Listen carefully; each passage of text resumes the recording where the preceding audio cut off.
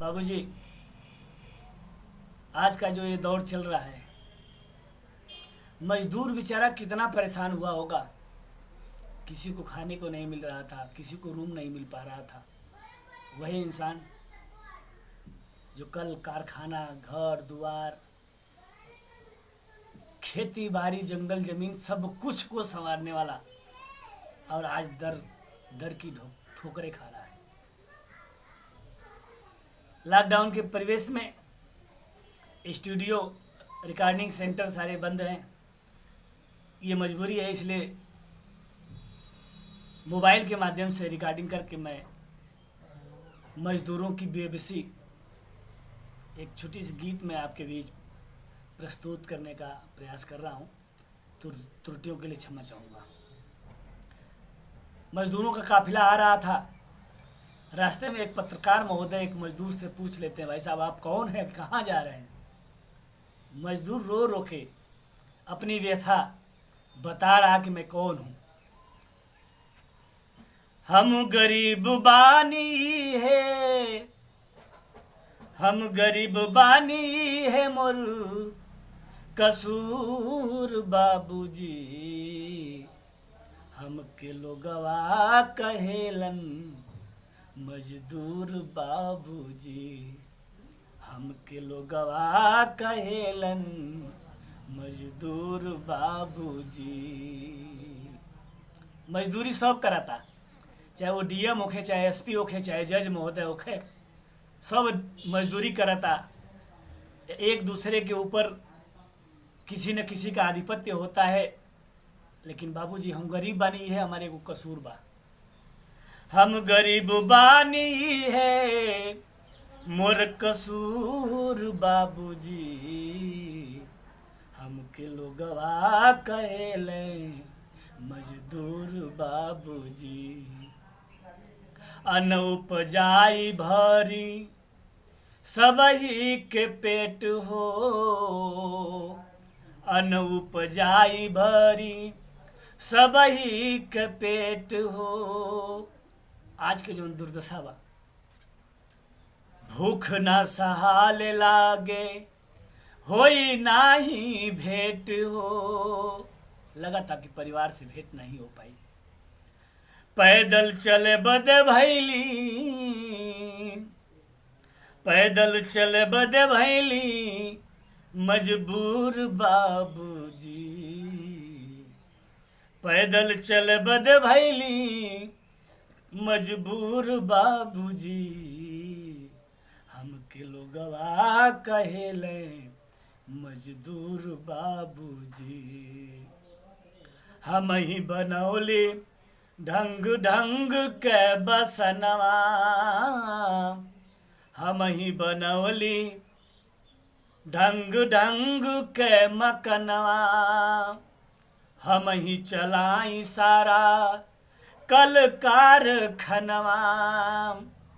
लेकिन आज स्थिति का बा, आज वही जगह भैली, आज वही जगह भैली बेनूर बाबूजी, हमके लोगवा कहेले मजदूर बाबूजी, हमके लोगवा कहेले मजदूर बाबूजी।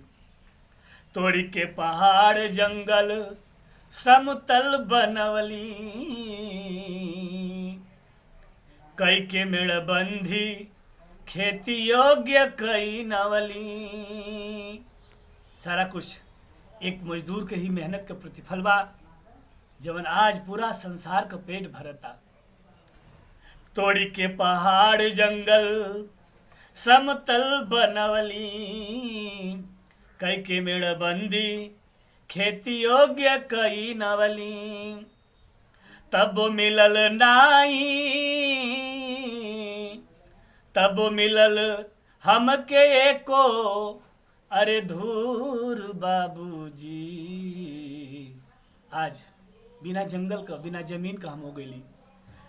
तब हमके मिलल न एको धूर बाबूजी, हमके लोगवा कहेले मजदूर बाबूजी, हम हमके लोगवा कहेले मजदूर बाबूजी। धरती के फार काढ़ी अनधान सोनवा, धरती के फार काढ़ी अनधान सोनवा, केतनी जाने क भर दिहली चारों कोनवा, केतनी जाने क भर दिहली चारों कोनवा। तब मिलल ना मकोइया खजूर बाबूजी। आज दाने दाने को तरस रहे। तब मिलल ना मकोइया अरे खजूर बाबूजी। हमके लोगवा कहेलन मजदूर बाबूजी। हमके लोगवा कहेलन मजदूर बाबूजी।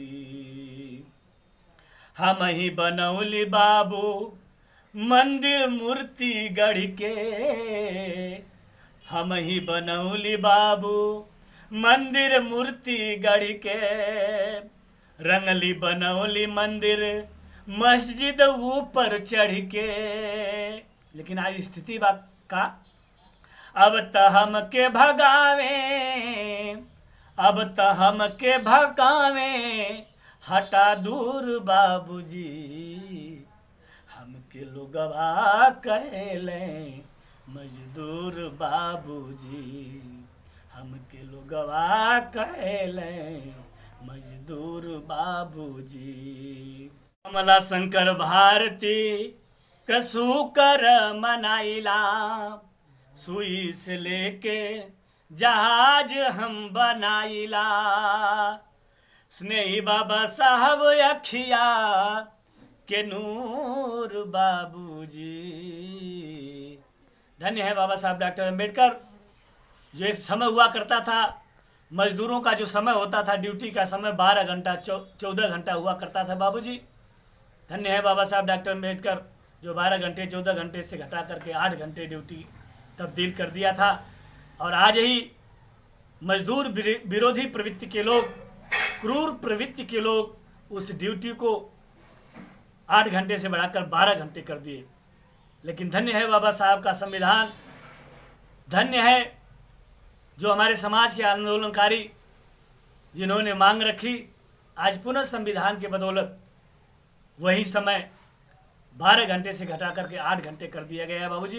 कहना है क्या, कमला शंकर भारती कसू कर मनाइला, सुई से लेके जहाज हम बनाइला। स्नेही बाबा साहब अखिया के नूर बाबूजी। स्नेही बाबा साहब अखिया के नूर बाबूजी। हमके लोगवा कहेलन मजदूर बाबूजी।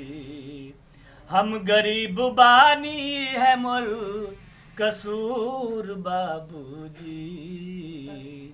हम गरीब बानी है मोर कसूर बाबूजी।